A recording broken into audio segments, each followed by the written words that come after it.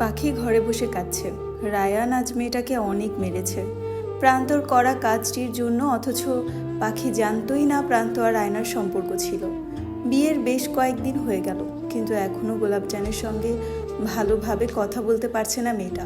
গোলাপজানকে কিছু একটা বলার আছে পাখির, কিন্তু যখনই কথা বলতে যায় তখনই কেউ না কেউ থামিয়ে দেয়। পিঠে আজ রায়ান অনেকগুলো বেল্টের বাড়ি দিয়েছে, জায়গাগুলো ফেটে ফেটে গেছে, কিন্তু পাখি মুখ দিয়ে টু শব্দটুকুও করেনি।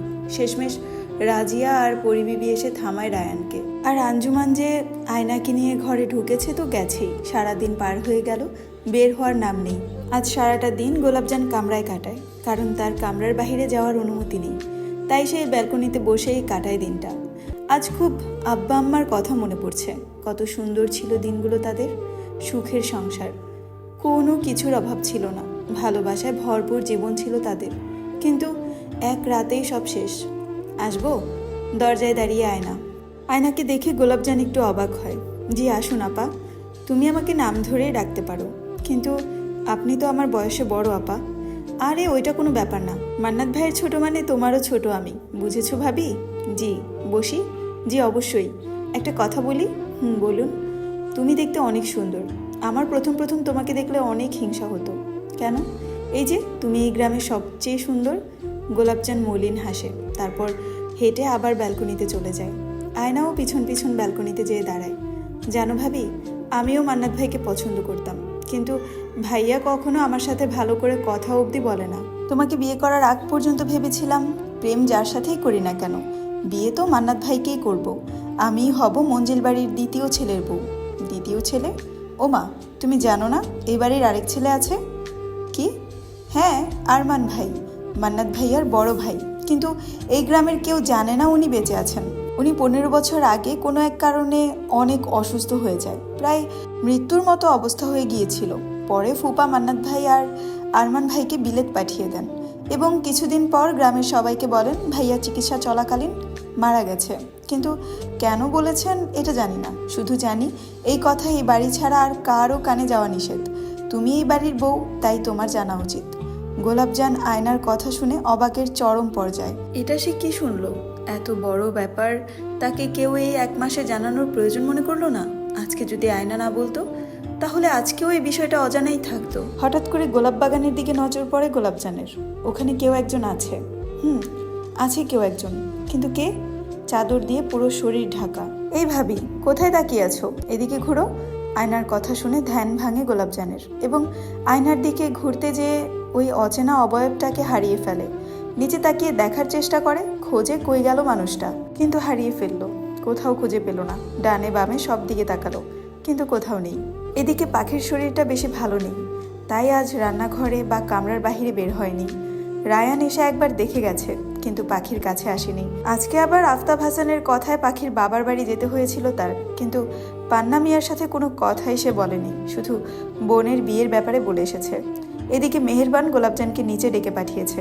পরিবেবি ডাকতে যেয়ে দেখেন গোলাপজান আর আয়না ব্যালকনিতে দাঁড়িয়ে আছে। এই বউ, তোমার শাশুড়ি তোমারে ডাকছে হ্যার কামরায়, যাও জলদি, নইলে চেইতা যাইব। তোমার শাশুড়ি অনেক রাগ, হ্যারে রাগায়ও না ভুলেও। আয়না, তোর মায় তোরে ডাকতাছে, আয়। এই বলে পরিবিবি দরজার সামনে থেকেই চলে যায়। গোলাপজান আর আয়না একসাথেই কামরা থেকে বেরোয়। আয়না যায় আঞ্জুমানের ঘরে, আর গোলাপজান যায় মেহেরবানের কামরায়। আসবো? দরজায় দাঁড়িয়ে প্রশ্ন করে গোলাপজান তার শাশুড়িকে। আসো, বসো এখানে। গোলাপজান শাশুড়ির দেখিয়ে দেওয়া জায়গায়, অর্থাৎ মেহেরবানের পায়ের সামনে খাটে বসে। কামরা থেকে বেরো না কেন? বাড়িটা ঘুরে দেখতে ইচ্ছে করে না? জি ঘুরে দেখেছি, কিন্তু উনি মানা করে গেছেন কামরা থেকে বেরোতে, যা প্রয়োজন তা দোলাকে দিয়ে নিতে বলেছেন। তুমি কি সবসময় এভাবে শুদ্ধ ভাষায় কথা বলো, নাকি গ্রাম্য টানও আসে? না, আমার আম্মা আব্বা আমাকে শুদ্ধ ভাষায় শিখিয়েছেন, তবে গ্রামের ভাষায়ও কথা বলতে পারি। কেন তোমাকে শুদ্ধ ভাষা শিখালেন? বলতে পারি না, তবে আমার আব্বা বলেছেন আমার জীবনে নাকি সুশিক্ষা এবং শুদ্ধ ব্যবহার খুব প্রয়োজন। আর কিছু বলেনি তোমার আব্বা? আর মনে পড়ে না তোমার আব্বা আম্মার কথা? এই যে 1 মাস হলো মারা গেছে উনি, একটা বারের জন্যও তো নিজের বাড়িটা যেয়ে ঘুরে আসলে না।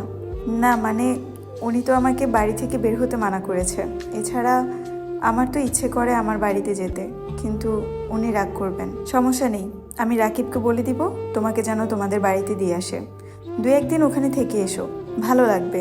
আর মান্নাতকে বলার দরকার নেই যে তুমি তোমার বাড়িতে গিয়েছো। কিন্তু উনি শুনলে রাগ করবেন। উনি আসুক, তারপরে আমি যাব। আর তাছাড়া ওই বাড়ির অবস্থা তো ভালো না, সবটাই তো পুড়ে গেছে।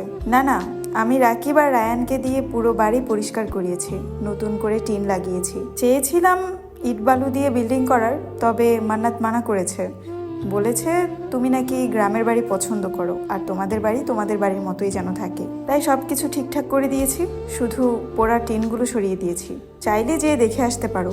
আব্বা আম্মার কবরটাও দেখে আসলে, অনেক দিন তো হলো, একটু বাবা মার কাছেও তো যাওয়া উচিত। গোলাপজান আর কিছু বলল না, মাথা নাড়িয়ে সম্মতি দিয়ে সে তার কামরায় চলে আসলো। এবং কিছুক্ষণ পরই সে আবারও নিচে নামলো, কারণ তার দোলার সাথে কথা বলতে হবে। কিন্তু পুরো বাড়ি খুঁজেও দোলাকে পেল না।